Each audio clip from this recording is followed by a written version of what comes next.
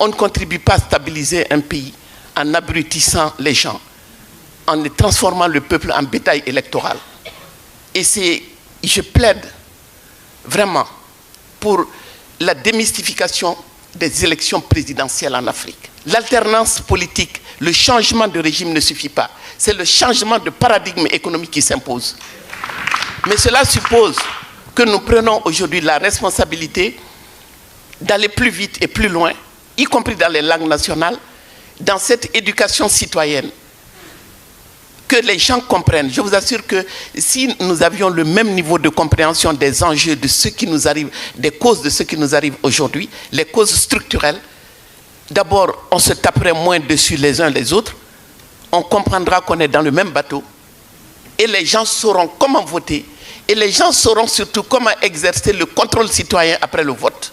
Il n'y a pas une seule élection en Afrique où l'Union européenne domine totalement. L'Union européenne finance, supervise et atteste les résultats. Et immédiatement après, impose au président élu ce qu'il y a à faire, c'est-à-dire ouvrir les marchés aux entreprises. Il ne peut pas ne pas accepter de deux choses l'une, c'est ce que je disais avec Marc, où on ne fait pas de politique, où on entre sur la base de compromissions qu'on n'a pas la latitude d'expliquer à son peuple. C'est en cela que c'est des prises de guerre pour moi, c'est des otages. Tous autant qu'ils sont. On sait aujourd'hui, pourquoi ils se frottent les mains. Parce qu'ils savent qu'il y a un si faible niveau de compréhension des enjeux qu'on peut nous pousser à tout moment à nous attaquer entre nous. Après les élections maliennes, ce sera les élections nigériennes, les élections sénégalaises. Ce sera la même histoire de transparence des urnes. Mais exigeons de nos dirigeants qu'ils nous parlent aussi des enjeux économiques, géostratégiques. Est-ce que nous allons être, je ne sais pas moi, il y a un proverbe de chez moi qui dit que le poisson se trompe s'il croit que le pêcheur est venu pour le sauver. Et si vraiment, si nous croyons que ceux qui sont l'investisseur est venu pour nous sauver, nous nous trompons lourdement. Or, pour nos dirigeants, et sans investisseurs étrangers, il n'y a pas d'investissement. Aujourd'hui, les États libéraux se retranchent tous derrière leurs grandes entreprises. Ils espèrent tous que leurs entreprises iront faire du profit en Afrique pour venir résoudre les problèmes ici. Et nous sommes obligés de manger de ce pain-là pour survivre politiquement. Tous les historiens les plus sérieux vous diront que lorsqu'ils sont arrivés en Afrique, et contrairement à cette affirmation grossière que je viens d'entendre, en Afrique, il existait l'écriture. L'écriture Bamoun, l'écriture Vaille, les hiéroglyphes, le démotique. En Afrique, on savait lire. Pas tout le monde, parce que l'écriture n'a jamais été à la portée du monde entier sur la planète Terre. Mais simplement, il y avait des castes, il y avait des gens qui savaient lire et écrire. Donc, le fait de dire que ces gens, moi je ne vois rien de positif dans l'arrivée de ces gens-là. Il n'y a rien de positif. Parce que quelqu'un qui prend ma grand-mère, il la viole. Il prend ma soeur, il la viole. Il viole ma fille, après il m'offre un véhicule, une maison à étage. Si c'est ça qu'on appelle, je fais un parallèle, hein, c'est pas comme ça exactement les choses sont passées, parce qu'il n'y a pas de véhicule à l'époque. On doit arrêter, on doit sortir de ces conditions. La France ne comprend pas l'Afrique. Et il est grand temps qu'elle la comprenne. Il faut cesser de voir l'Afrique comme un réservoir, il faut cesser de voir l'Afrique comme une masse de manœuvre qui doit suivre.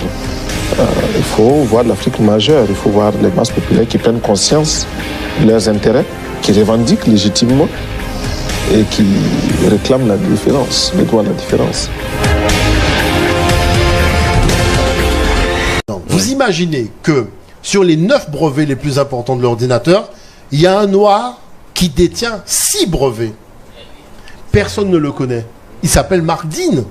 Mais quand vous parlez de gigaoctet, par exemple, c'est lui le père du gigaoctet. Vous voyez? Et c'est lui qui a lancé la marque Lenovo. Quand vous voyez Lenovo, c'est Mark Dean. Et il a fait une interview sur CNN, dans The Times, il a parlé de l'avenir de l'informatique. Mais la chose, c'est comment vous faites pour imaginer que l'informatique fonctionne avec les mathématiques africaines. C'est un noir qui détient 6 brevets sur 9, et vous avez des ingénieurs informatiques qui ne savent même pas qu'il y a un noir qui est à ce niveau-là dans l'univers de l'informatique. Maintenant, ce même noir aurait vendu du shit à la 24e avenue, on l'aurait connu. Donc, ce qui veut dire que quoi? On organise le négatif sur le positif. de manière à faire en sorte que nous ayons toujours ce déficit de souveraineté, ce qui montre bien qu'il y a manipulation. Les Européens, je les adore. Et je leur dis toujours que je les adore. Parce que voilà un entraîneur qui t'entraîne à la méchanceté et tu ne le payes pas.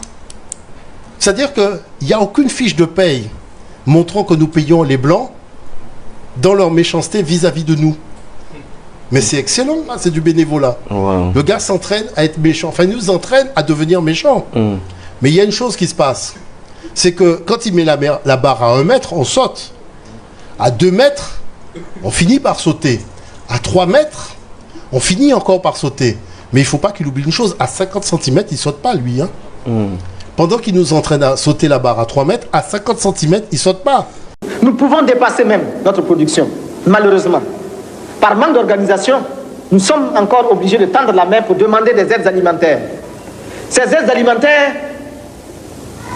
qui nous bloquent, qui installent dans nos esprits cette habitude, ces réflexes de mendiants, d'assister.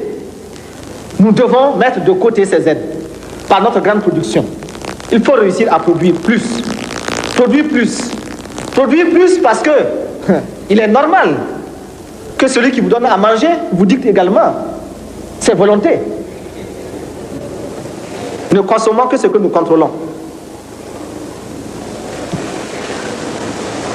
Il y en a qui demandent mais où se trouve l'impérialisme? L'impérialisme, regardez dans vos assiettes quand vous mangez les grains de riz, de maïs, de mil importés. C'est ça l'impérialisme, n'allez pas plus loin.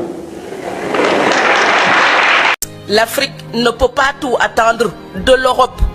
Et moi j'en ai assez quand je parle avec des Africains. Souvent on me dit l'Europe doit nous aider, l'Europe doit nous aider. C'est comme si j'étais dans la maison de mon père et je dis que le voisin doit me nourrir. Je sais bien qu'il y a des torts que nous devons reprocher à l'Europe. Mais 3 siècles de reproches ne changeront pas notre destin. Donc, chercher un coupable extérieur ne changera pas notre destin.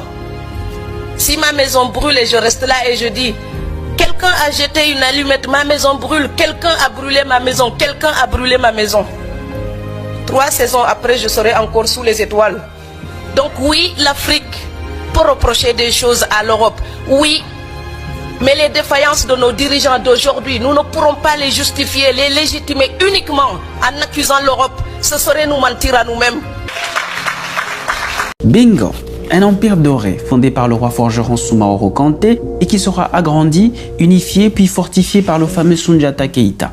Après avoir renversé son prédécesseur, il abolit définitivement l'esclavage entre Maliens et énonce son programme. Que ceux qui font la guerre fassent la guerre, que ceux qui font le commerce fassent le commerce, que ceux qui pratiquent l'agriculture pratiquent l'agriculture. Ainsi le Mandé sera agréable à vivre, le Mandé sera prospère. Il met en place un grand conseil, renforce son armée et intensifie la recherche et la production d'or. Et c'est comme ça que le Mali va faire fortune et bâtir sa réputation de grand commerçant international. D'où l'importance mondiale de l'histoire africaine entre le 8e et le 15e siècle. Pratiquement tout l'or qui venait en Europe, en Asie, par l'océan Indien ou par l'océan Atlantique, venait d'Afrique et d'Afrique subsaharienne. Et c'est aussi de là que vient l'homme le plus riche de tous les temps, Kankan Moussa, connu également sous le nom de Mansa Moussa, un autre empereur du Mali que l'historien Francis Simoni s'appelle le roi de l'or. Le mot religion n'existe dans aucune langue africaine. J'insiste, aucune langue africaine ne connaît le mot religion. Ça, c'est d'une part. Le mot développement est un piège. C'est un fourre-tout dans lequel nous avons plongé depuis les années 70, sans savoir ce que c'est que le développement, sans comprendre le développement, sans savoir où on va. Et après que les Africains aient brillamment échoué dans la course vers le développement, ils sont passés à la course vers l'émergence. Mais vous n'avez pas trouvé un Africain, en tout cas éminent, qui connaisse la chose, qui vous donne une définition sérieuse, concrète de l'émergence. Résultat, de la religion au développement en passant par l'émergence, on est dans le flou le plus total.